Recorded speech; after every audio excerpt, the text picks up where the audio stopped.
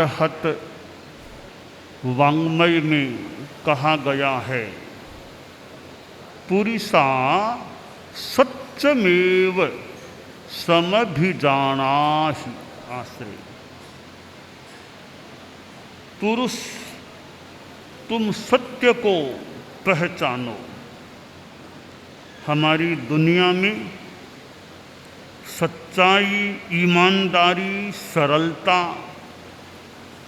महत्वपूर्ण तत्व होता है। सच्चाई की साधना के लिए अभय का भाव होना भी आवश्यक है, सरलता का होना भी आवश्यक है। जो आदमी डरता रहता है, डरने वाला कई बार झूठ भी बोल सकता है। झूठ बोलने का एक कारण बताया गया है शास्त्र में, भयावा। भय के कारण आदमी अयथार्थ भाषण कर सकता है। तो सच्चाई की आराधना करने के लिए हमें अभय भी बनने का, अभय रहने का प्रयास करना चाहिए। आदमी कठिनाई से भी झटपट, छोटी मोटी कठिनाई से डरे नहीं, क्योंकि सच्चाई की साधना में कठिनाइयाँ भी आ सकती हैं। परंतु विश्वास यह है हमारा, सच्चाई परेशान तो हो सकती है परंतु पराजित नहीं होती। यानी अंतिम विजय सच्चाई की होती है। कठिनाइयाँ आ सकती हैं, क्यों? सत्य, सच्चाई इतनी बड़ी चीज़ है, उसको पाना एकदम आसान काम नहीं है। उसकी आराधना एकदम आसान नहीं है। उसके लिए साधना की बलवत्ता चाहिए, मनोबल चाहिए, अभय चाहिए। ऐसा पौरुष बल, वीर्य होता है, तब सच्चाई की विशिष्ट साधना, आराधना की जा सकती है। साधु साध्वियाँ होते हैं, उनके तो जीवन भर के लिए सर्व मृषावाद विरमण महाव्रत होता है कि सभी प्रकार के मृषावादों से, झूठ बोलने से जीवन भर जब से महाव्रतों को स्वीकार करे विरत रहना है। तो बहुत बड़ी बात है कि झूठ से पूर्णतया बचकर के रहना। हर सच्ची बात को बताना जरूरी नहीं है। साधु हर सच्ची बात को बताता रहे, कोई जरूरी नहीं है। जरूरी यह है कि साधु झूठ न बोले, यह जरूरी है। भले मौन रखे, झूठ नहीं बोलना, बोलो तो सच बोलो। सच्चाई की साधना कठिन तो हो सकती है, परंतु सच्चाई की साधना से जो मिलता है वह बहुत बड़ा तत्व होता है। परम शांति का तत्व सच्चाई की साधना से प्राप्त हो सकता है। आदमी झूठ भी बोलता है, पर झूठ बोलना कुछ दिमागी तनाव का कारण बन सकता है। एक झूठ बोल दिया, बाद में मुझे पूछेंगे तो क्या जवाब देना, मेरे साथी को क्या जवाब देना, कितने ताने बाने बुनने पड़ सकते हैं झूठ को सजाने के लिए।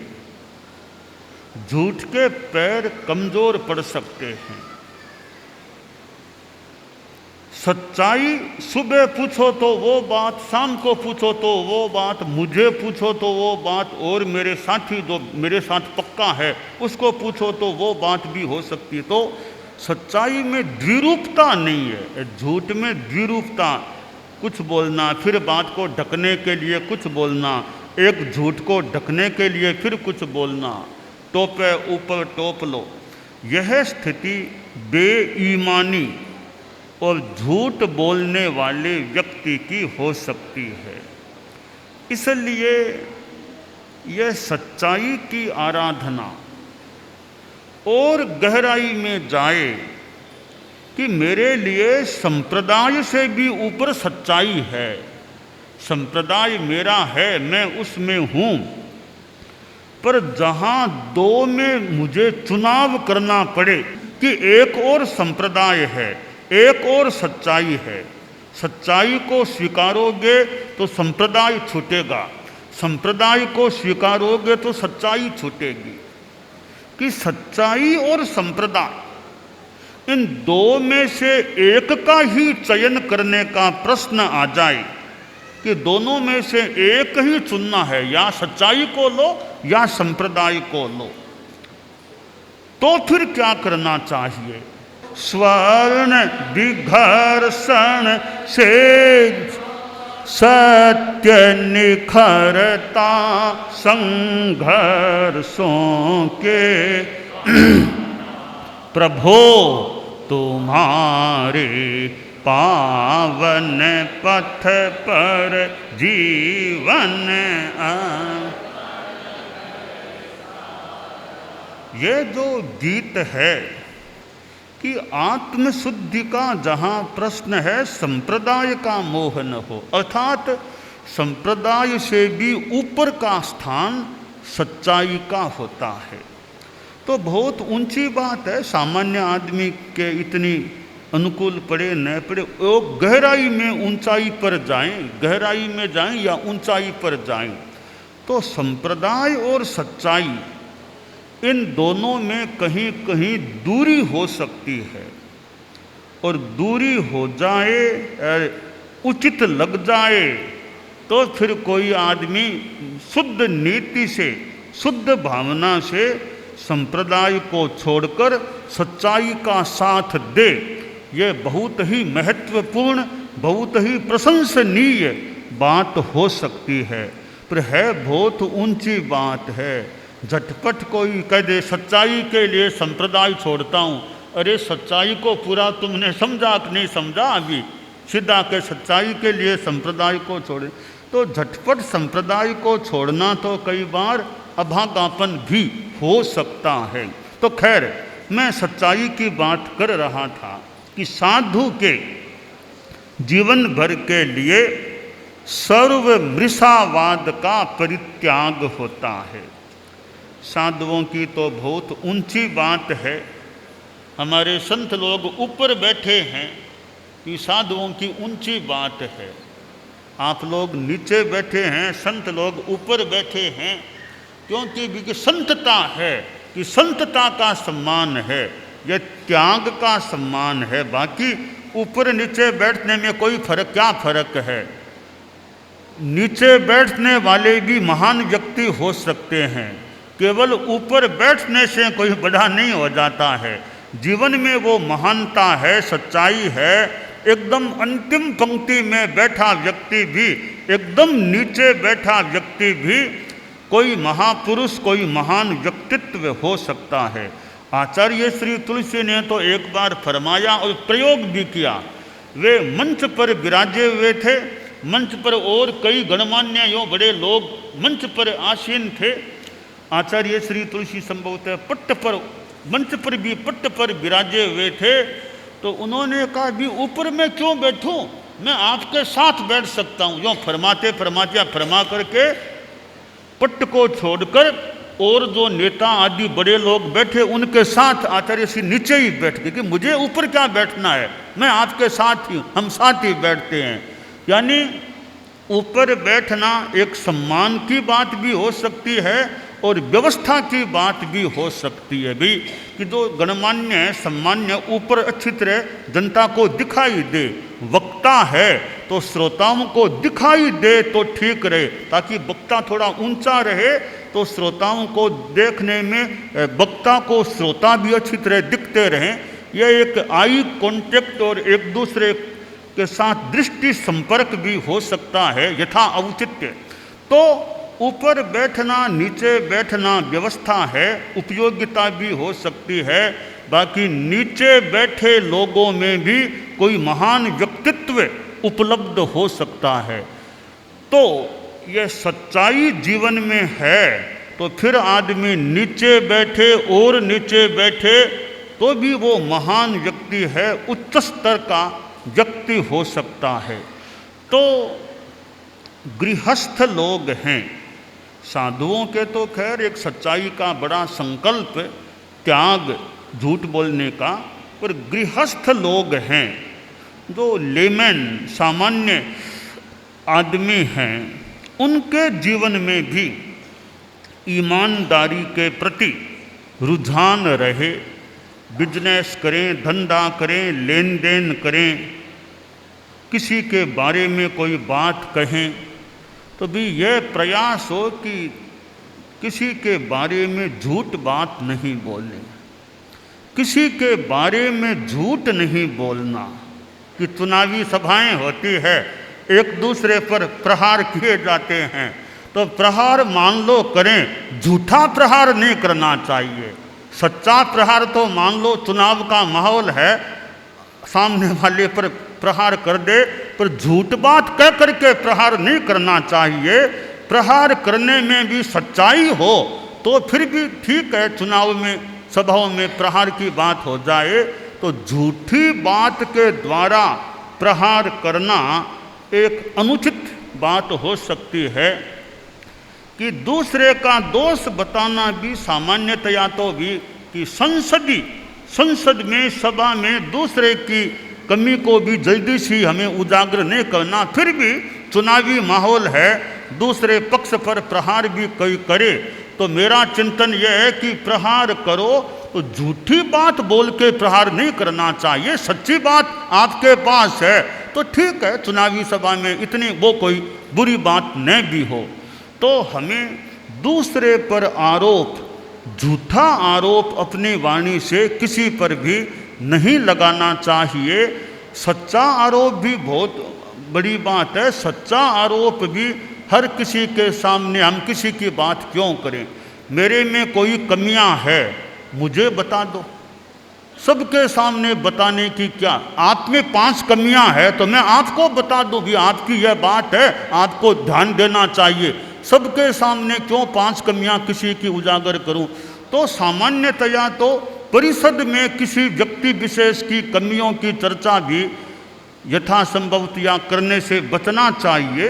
व्यक्तिगत रूप में किसी को बता दें और कहीं लगे कि यह बात तो समूह के बीच में बताना जरूरी है ताकि औरों को भी कुछ शिक्षण मिल जाए, तो कभी समूह के बीच में भी बताया जा सकता है।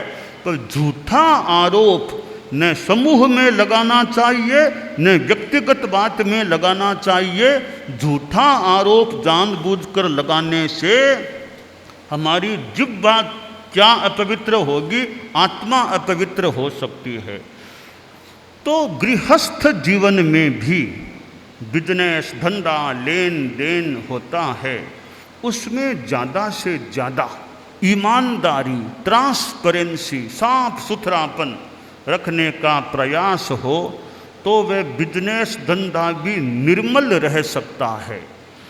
तो भगवान ऋषभ जो हमारी इस सृष्टि के, इस दुनिया के, यहाँ के एक बहुत बड़े महापुरुष हुए थे, जो गृहस्थ समाज में भी मानो नेता के रूप में थे, गृहस्थ समाज में भी विशिष्ट व्यक्ति रहे, बाद में साधु बन गए, फिर तो अध्यात्म जगत के वे अधिनेता मानो बन गए थे, तीर्थंकर बन गए थे।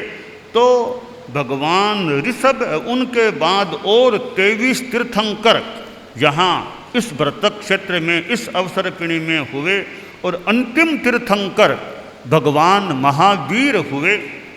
और भगवान महावीर के निर्वाण को लगभग 2550 वर्ष हो गए, होने वाले मान लो, संभवतः यह 2550वां वर्ष उसका उपलक्ष्य हो सकता है।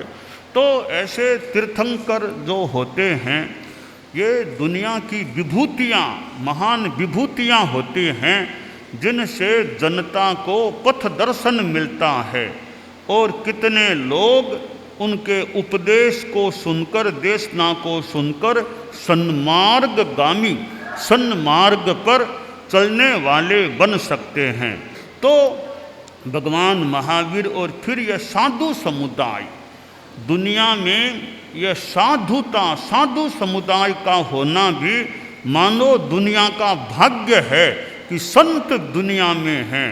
संतन होते जगत में जल जाता संसार। ये संत लोग हैं जो साधना करने वाले और दूसरों को सदुपदेश देने वाले हैं।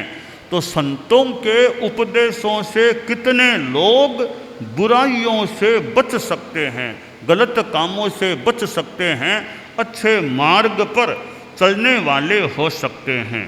और संतों में फिर गुरु, आचार्य, परम पूज्य आचार्य भिक्षु, जो जैन शासन में हमारे धर्म संघ के प्रथम आचार्य हुए, और उनकी परंपरा में नवमें आचार्य परम पूज्य आचार्य श्री तुलसी हुए, जो 69 वर्ष पहले औरंगाबाद में विराजमान थे। महावीर जयंती प्रोग्राम सुराणा परिवार का, वो जो भी, और वो आगम संपादन की वो सारी जो बात हम सुनते हैं घोषणा की और की, तो आज से 69 वर्ष पूर्व आचार्य श्री तुलसी ने जो यह एक औरंगाबाद इधर आगम संपादन, जैन आगमों के संपादन का जो मानो संकल्प और घोषणा स्वीकार किया, वो क्रम संकल्प, वो काम आगे बढ़ता गया और काफ़ी काम आगम का संपन्न हो गया। कुछ काम अभी भी अवशेष की सूची में है।